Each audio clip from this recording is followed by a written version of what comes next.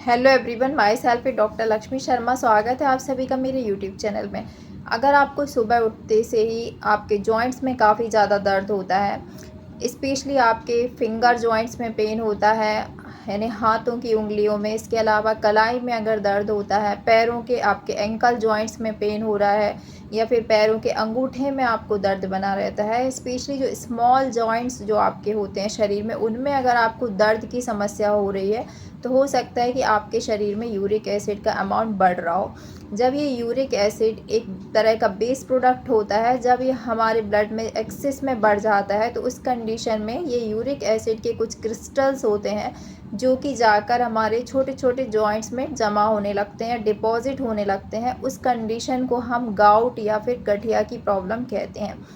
इस वीडियो में दोस्तों हम जानेंगे कि ये गाउट या गठिया की प्रॉब्लम किस तरह से आपके शरीर में होती है और ये यूरिक एसिड के बढ़ने के क्या क्या कारण होते हैं, और आप किन किन चीज़ों को अवॉइड कर सकते हैं जिनसे आप अपनी यूरिक एसिड की प्रॉब्लम को नेचुरली मैनेज कर सकते हैं। इसके अलावा जानेंगे इसके बेस्ट होम्योपैथिक ट्रीटमेंट के बारे में।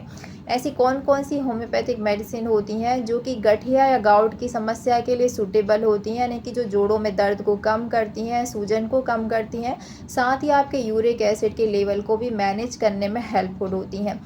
आइए जानते हैं इन सभी को हम डिटेल्स में। इसके पहले दोस्तों, अगर आप मेरे चैनल पर नए हैं या वीडियो को पहली बार देख रहे हैं तो बेल आइकन को प्रेस करके चैनल को सब्सक्राइब जरूर कर लें। वीडियो बहुत ही इंफॉर्मेटिव होने जा रहा है, इसलिए वीडियो को बिना स्किप किए एंड तक ज़रूर देखें। तो चलिए शुरू करते हैं। अब जानते हैं दोस्तों कि यूरिक एसिड किस तरह से हमारे ब्लड में बढ़ता है। जब भी हम गलत तरीके का खाना खाते हैं, अगर हमारे खान पान में कोई खराबी होती है, या फिर हम बहुत पीने की कुछ हमारी बैड हैबिट्स होती हैं जिनके कारण हमारे शरीर में जो प्यूरिन्स होते हैं वो जिस खाने से आते हैं, जो कि हम गलत तरीके का खाना खाते हैं, ये प्यूरिन्स बढ़ने लगते हैं। और जब ये प्यूरिन्स मेटाबोलाइज होते हैं तो ये यूरिक एसिड में ब्रेक डाउन होते हैं, और ये जो यूरिक एसिड है वो जाकर हमारे ब्लड में बढ़ने लगता है। तो इस कंडीशन को हम हाइपर यूरेसीमिया की कंडीशन कहते हैं।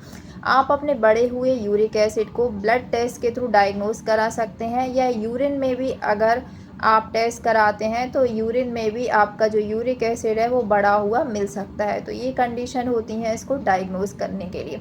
आप जानते हैं दोस्तों कि इसके जो पीछे क्या क्या कारण होते हैं, यूरिक एसिड को कौन कौन सी ऐसी चीज़ें होती हैं जो बढ़ाने का काम करती हैं। सबसे पहले है, अगर आप एनिमल जो है प्रोटीन इस्तेमाल करते हैं, जैसे आप नॉन वेज डाइट बहुत ज़्यादा इस्तेमाल करते हैं, तो इसको जितना हो सके अवॉइड करें, क्योंकि नॉन वेज डाइट में बहुत ज़्यादा जो है वो यूरिक एसिड बढ़ता है। दूसरी जो कंडीशन होती है, अगर आप सी फूड्स का ज़्यादा इस्तेमाल करते हैं तो सी फूड्स भी एक कारण होते हैं यूरिक एसिड के बढ़ने का। इसके अलावा कुछ ऐसी वेजिटेबल्स होती हैं जैसे कॉलीफ्लावर है, इसके अलावा कैबेज है, ब्रोकली है, ये भी यूरिक एसिड को बढ़ाने का काम करती हैं। जो टमाटो सीड्स होते हैं वो भी यूरिक एसिड को बढ़ाते हैं। इसके अलावा जो लेडी फिंगर्स के सीड्स होते हैं या जो मटर होते हैं, ये हाई प्यूरिन कंटेंट्स होते हैं जो कि यूरिक एसिड को बढ़ाने का काम करते हैं। इसके अलावा जैसे जो डेयरी प्रोडक्ट्स होते हैं, जिनमें जैसे जो मिल्क होता है, अगर वो बहुत ज़्यादा अगर आप टोन्ड मिल्क का इस्तेमाल नहीं करते हैं, मिल्क में अगर बहुत ज़्यादा क्रीम होती है तो वो भी यूरिक एसिड के का बढ़ने का एक कारण हो सकती है। या जो डेयरी प्रोडक्ट्स को, अगर आप जैसे आइसक्रीम है या डेयरी प्रोडक्ट्स में जो भी चीज़ें आती हैं जैसे कि दूध, दही, मक्खन, पनीर, इन सब का ज़्यादा इस्तेमाल करते हैं तो इनसे भी आपका यूरिक एसिड बढ़ सकता है। ये भी इसके पीछे एक कारण होता है। इसके अलावा कुछ सर्टेन मेडिसिन्स होती हैं, जैसे डायबिटीज़ की कुछ मेडिसिन होती हैं जिनमें एसिड फॉर्मेशन बहुत ज़्यादा होता है, जिसके कारण आपके शरीर में यूरिक एसिड की मात्रा बढ़ सकती है। या आपको डायबिटीज़ की प्रॉब्लम है, या आपका किडनी फंक्शन एबनॉर्मल है, तो उसके कारण भी आपके शरीर में यूरिक एसिड बढ़ सकता है, क्योंकि ऐसी कंडीशन में किडनी जब बेस प्रोडक्ट को अच्छे से छान नहीं पाती है तो ये बेस प्रोडक्ट आपके ब्लड में डिपॉजिट होने लगते हैं। तो ये सभी बहुत सारे इसके पीछे कारण हो सकते हैं यूरिक एसिड बढ़ने के।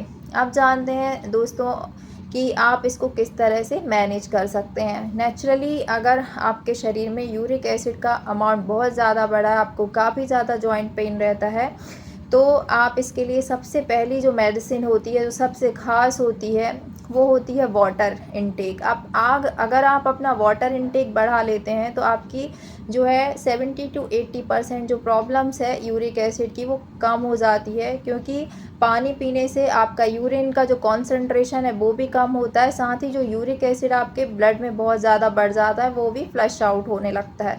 तो ये एक पहला आपका मैनेजमेंट होता है। दूसरा, आप जितना हो सके जिनमें हाई प्यूरिन डाइट होते हैं, जैसे कैबेज है, आपका कॉलीफ्लावर है या ब्रोकली है, इसके अलावा मटर हैं, बीन्स वगैरह जो होती हैं, या दाल है, राजमा है, इन सभी को जितना हो सके, या जो एनिमल मीट्स होते हैं, डेयरी प्रोडक्ट्स होते हैं, उनको जितना हो सके आप अवॉइड करें। क्योंकि ये भी जो है वो आपके प्यूरिन्स को बढ़ाने का काम करते हैं। ये दूसरा मैनेजमेंट हो गया। तीसरी हम बात करते हैं दोस्तों कि अगर आप बहुत ज़्यादा शराब का सेवन करते हैं तो आपको कुछ ही दिन में जो है वो गाउट या गठिया होने की संभावना बहुत जल्दी बढ़ जाती है। अगर आज आपको गठिया की प्रॉब्लम नहीं है तो हो सकता है कि कुछ सालों के बाद ये प्रॉब्लम आपको हो जाए। तो अगर आप शराब का इस्तेमाल करते हैं या आप बहुत ज़्यादा कॉफ़ी लेते हैं, चाय का फ्रिक्वेंटली इस्तेमाल करते हैं, तो इन सभी को जितना हो सके अवॉइड करें। क्योंकि ये सभी जो सर्टेन थिंग्स होती हैं वो आपके शरीर में यूरिक एसिड को बढ़ाने का काम करती हैं। इसके अलावा अगर आप ओबीज़ हैं, ओबेसिटी है, आपको मोटापे की समस्या है, तो आप इसको मैनेज करें। एटलीस्ट कुछ आप वर्कआउट करें और अपना वेट लूज़ करने की कोशिश करें। इसके थ्रू आप यूरिक एसिड के जो लेवल को है वो भी नॉर्मलाइज़ कर सकते हैं। इसके अलावा अगर आपको कोई हार्मोनल डिसऑर्डर है, आप जिसके लिए कोई मेडिसिन्स वगैरह ले रहे हैं, तो आप अपने डॉक्टर से कंसल्ट ज़रूर करें।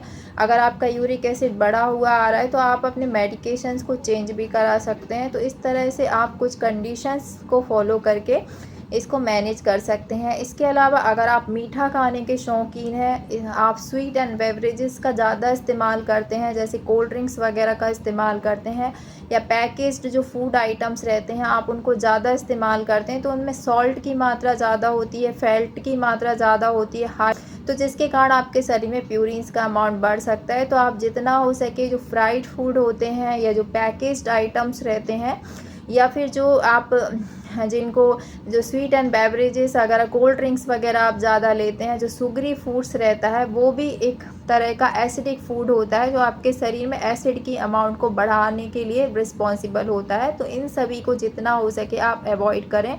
आप रेगुलर एक्सरसाइज, मेडिटेशन वगैरह, योगा वगैरह इसके लिए कर सकते हैं। ये भी काफ़ी यूरिक एसिड के लेवल को कंट्रोल करने में हेल्पफुल होते हैं।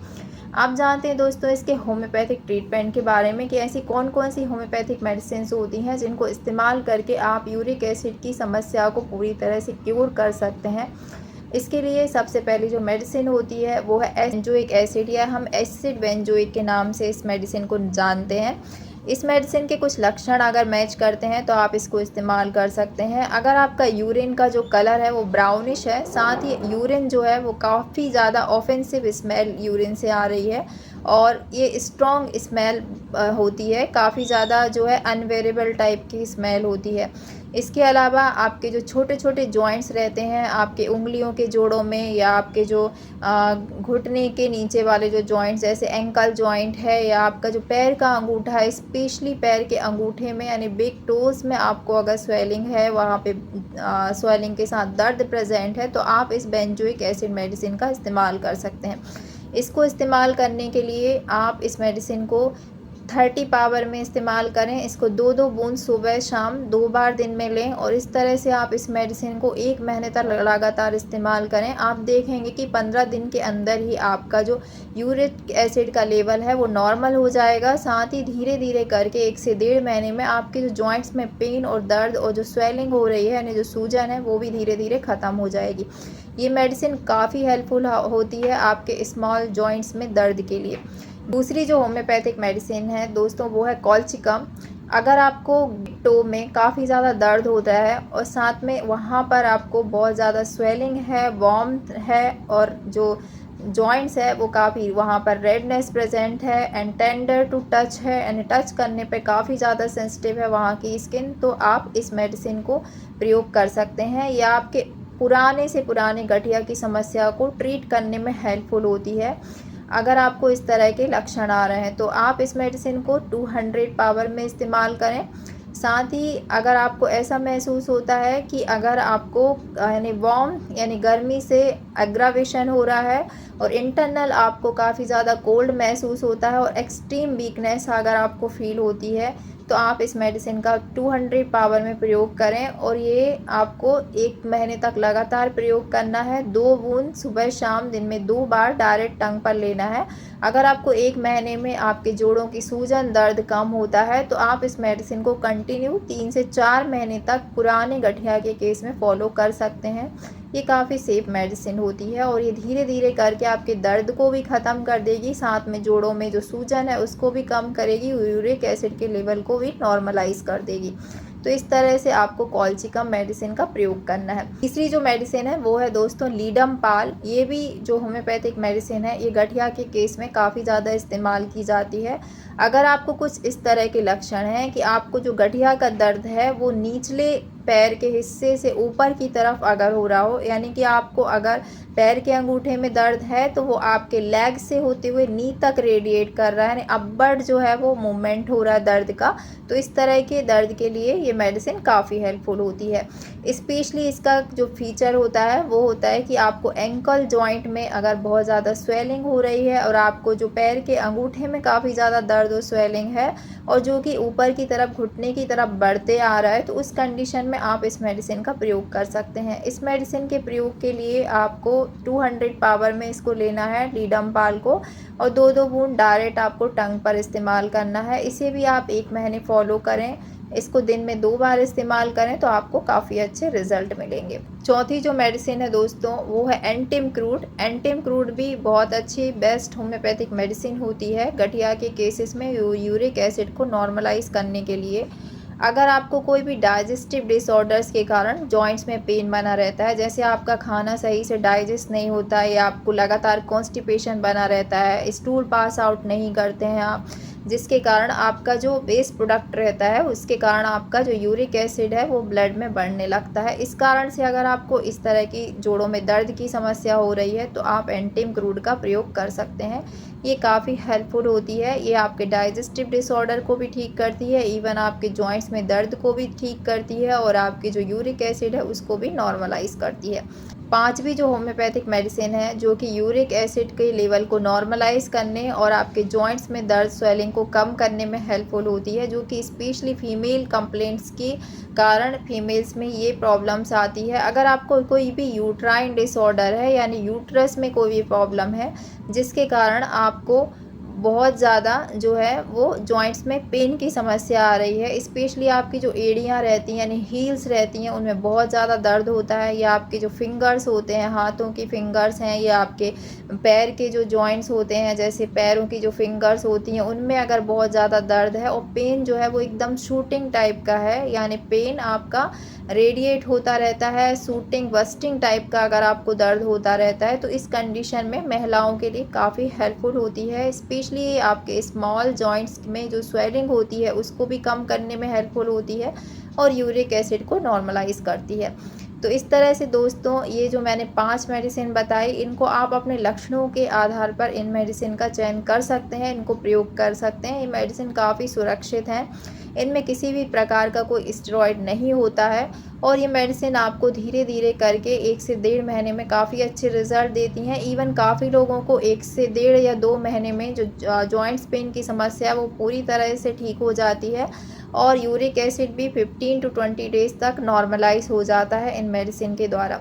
मुझे उम्मीद है दोस्तों आज का ये वीडियो आपको ज़रूर पसंद आया होगा। वीडियो अगर पसंद आए तो वीडियो को लाइक शेयर करना ना भूलें और अगर आप मेरे चैनल पर नए हैं तो बेल आइकन को प्रेस करके इसी तरह के और अपडेट्स के लिए चैनल को सब्सक्राइब ज़रूर कर लें। मिलते हैं नेक्स्ट वीडियो में इसी तरह के और अपडेट्स के साथ, तब तक के लिए bye bye. Thanks for watching.